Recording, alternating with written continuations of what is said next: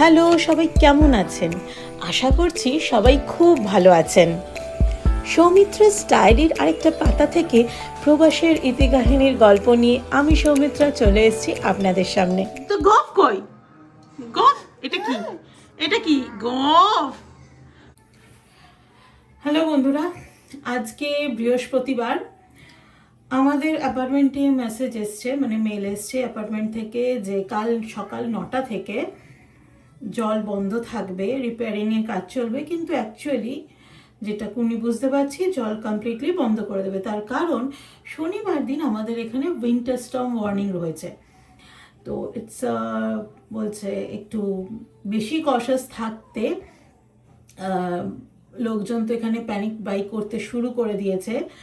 আর আমি জানি না, আস্তে আস্তে সব ঘটনা বলবো, তার আগে আমি দেখিয়ে দিই। ওখানে আমরা এক বালতি রেখেছি, ওই এক টাব, আর এক টাব এখন আমরা ভরার জন্য আমি ভরতে শুরু করেছি।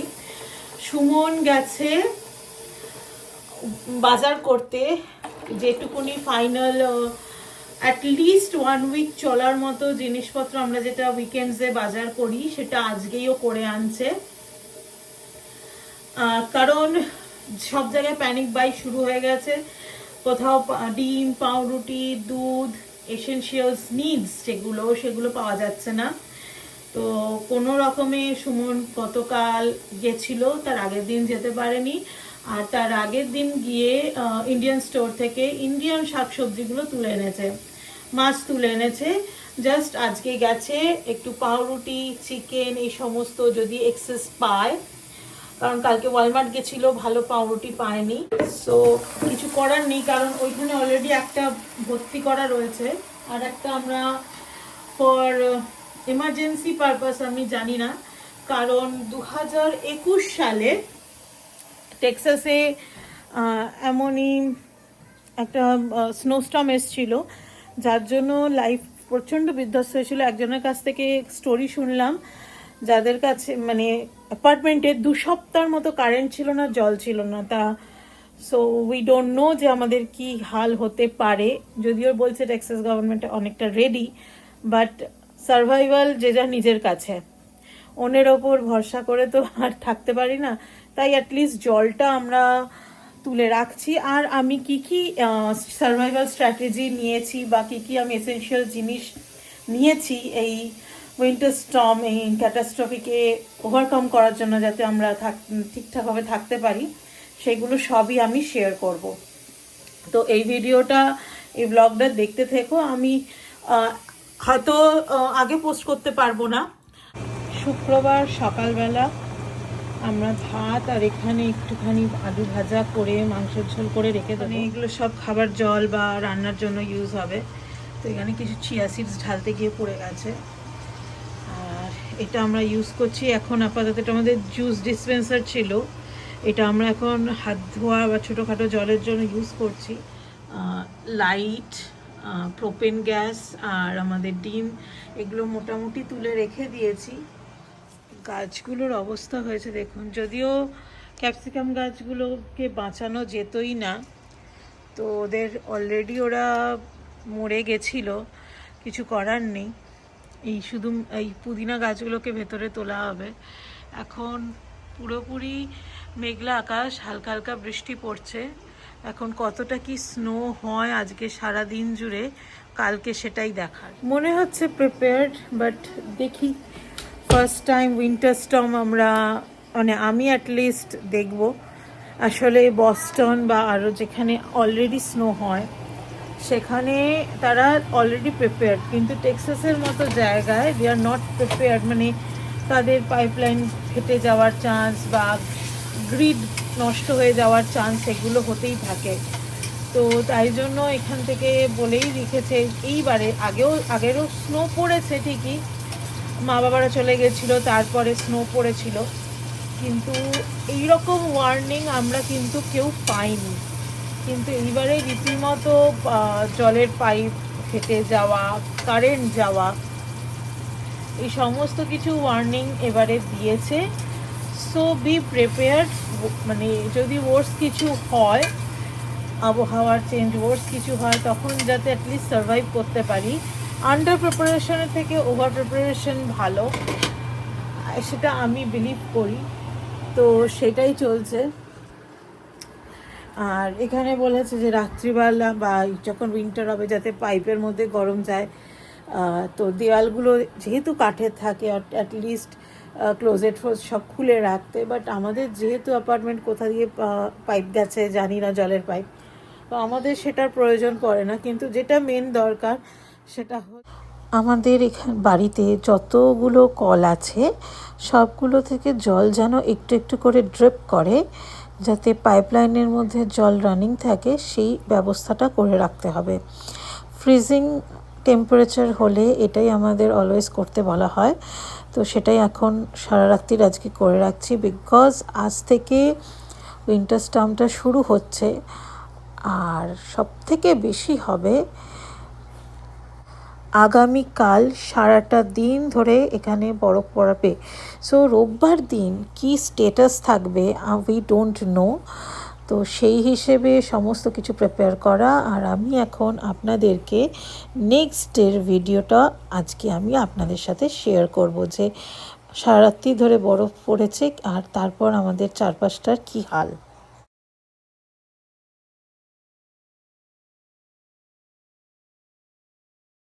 হোয়াইট হোয়াইট এগুলো কি পড়ে আছে দেখ, স্নো। এই দেখ, এই দেখ, মাটি থাকে তো, দেখ মাটি মাটি থেকে কি আছে, এই দেখ, এই দেখ। বলো, পাতানো বাইরে ঠান্ডা? না কি এটা, কেটা কি এটা বলো।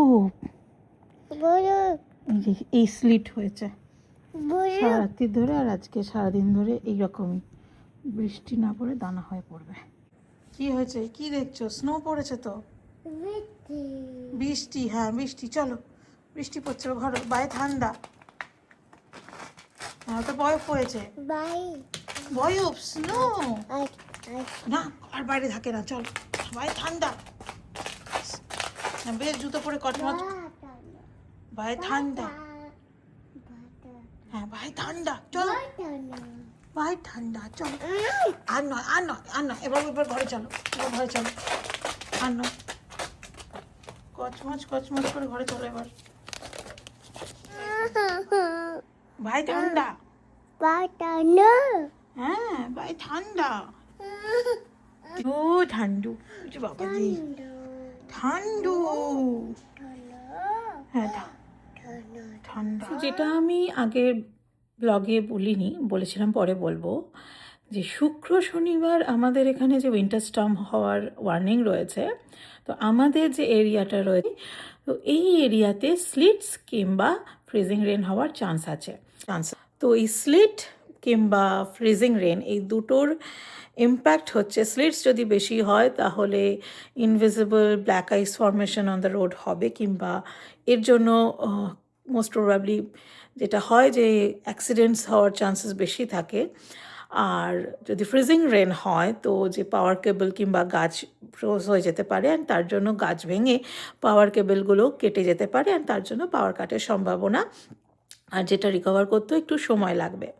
তো এই দুটো ইম্প্যাক্ট যে উইন্টার স্টর্ম হচ্ছে সেটা আমাদের এরিয়াতে হওয়ার কথা, মানে চান্সেস আছে, তাই সেই অনুযায়ী আমাদের প্রিপেয়ার থাকতে বলা হয়েছিল, যে অ্যাডভাইজারিটা সব জায়গায় স্প্রেড করা হয়েছিল। তো সেই হিসেবেই আমরা প্রিপেয়ার ছিলাম যে in case of power cut we have the water, foods, everything in our home. আর যেহেতু স্লেটস হলে ব্ল্যাক আইসের সম্ভাবনা বেশি, তো ট্রাভেল অ্যাডভাইজারি একদমই বন্ধ ছিল, তো সে বাইরে যাওয়ার কোনো চান্সই নেই।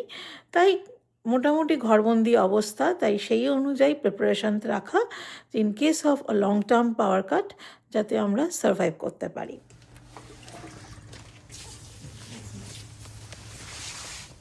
অবস্থা দেখো, পা দিলেই হরকাবে, ওই জন্য সুমন এখন জল ঢালছে সিঁড়িতে।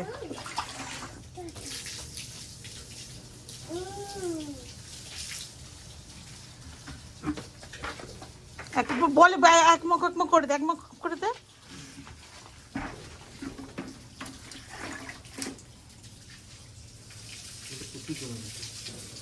হবে না, গরম জল দিতে হবে।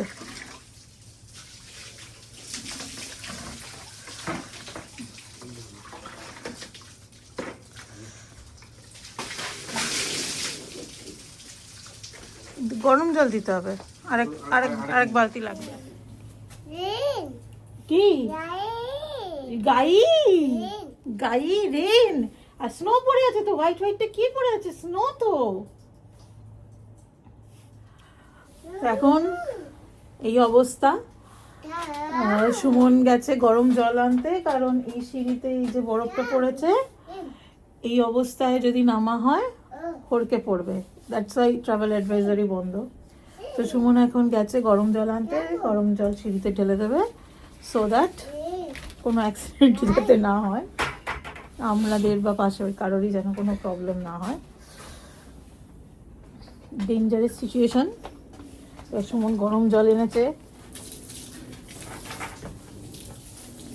গরম জল ঢালছে এখন। দাঁড়া, যাবে না তো, সেটাই তো বলছি।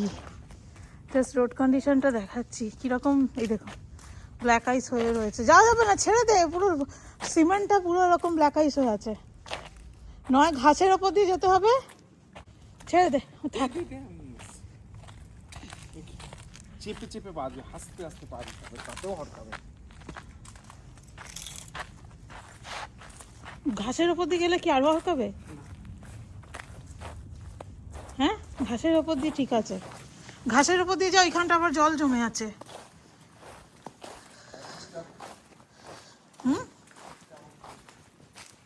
এই যে এই হচ্ছে ইনভিজিবল ব্ল্যাক আইস। আমাদের যে ওখানটা জল জমে আছে, বরফ হয়ে আছে, ছেড়ে দে ছেড়ে দে ছেড়ে দে, যাওয়া যাবে না।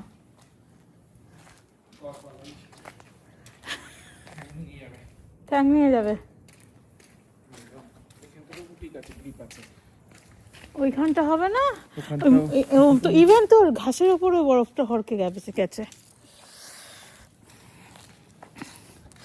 আমাদের একটা পার্সেল এসছে, সেটা আমার জন্য মানে 2 দিন ধরে পড়ে রয়েছে, ভুলে গেছি।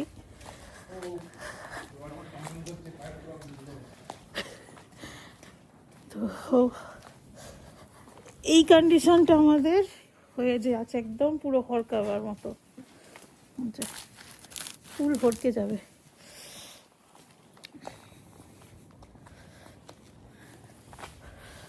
সো খুব সাবধানে আস্তে আস্তে যাওয়া হচ্ছে। এই দেখো, এই দেখ ফ্রিজিং রেনের অবস্থা, দেখে দেখে দেখে দেখ, এই দেখ তোর জমে গেছে গাড়ির তলায় কাঁচ। এই জিনিসটা মানে গাছ থেকে হয়ে ঝুলবে, তো এখানটা আস্তে আস্তে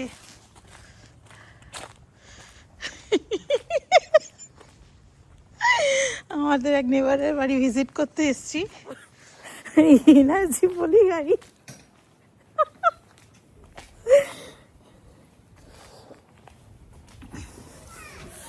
স্নোফল হচ্ছে এখন, অ্যাকচুয়ালি স্লিপস পড়ছে।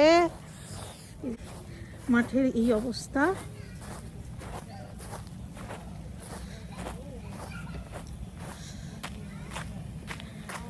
টাটা।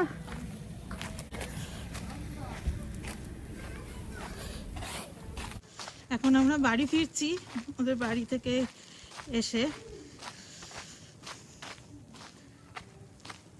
ওই সাইড দিয়ে জলের ওপর দিয়ে গেলেই হরকাবো। ব্ল্যাক আইস হয়ে গেছে, পুরো রিফ্লেকশন হয়ে গেছে। বেরিয়েছিলাম 2 দিন ধরে, পার্সেলটা পড়ে আছে বলে একদম ভুলে গেছি। এরপর যদি আটকে পড়ে যায়, কারেন্ট চলে যায়, কিছুতেই পার্সেলটা পাবো না। কোনো রকমে বেরিয়েছিলাম, কিন্তু যা অবস্থা নিতে পারিনি, তাই ঘরে ব্যাক করলাম। পাশে নেবারের বাড়িতে একটু ঘুরে এলাম, তারা কেমন আছে দেখে এলাম। আর নেক্সট ব্লগটা যে আসছে, সেটাতে আমরা জানাবো যে আজকে যে সারাটা দিন বরফ পড়লো, তারপর আমাদের চারপাশটার কি হাল রয়েছে সেটা আপনাদের দেখাবো। তাই যারা নতুন তারা অবশ্যই আমার চ্যানেলটা সাবস্ক্রাইব করতে ভুলবেন না। আর প্লিজ সবাই কমেন্ট করে জানাবেন আজকের ব্লগটা কেমন লাগলো, আর আপনারা কারা কারা এরকম স্নোস্টর্ম আগে দেখেছেন আর আপনাদের এক্সপিরিয়েন্স কীরকম ছিল তা অবশ্যই আমাদের সাথে শেয়ার করতে পারেন। তাহলে চলুন আজকের জন্য ব্লগটা এখানেই শেষ করছি। সবাই খুব ভালো থাকবেন, হাসি খুশি থাকবেন। দেখা হচ্ছে খুব শিগগিরই পরের ব্লগে।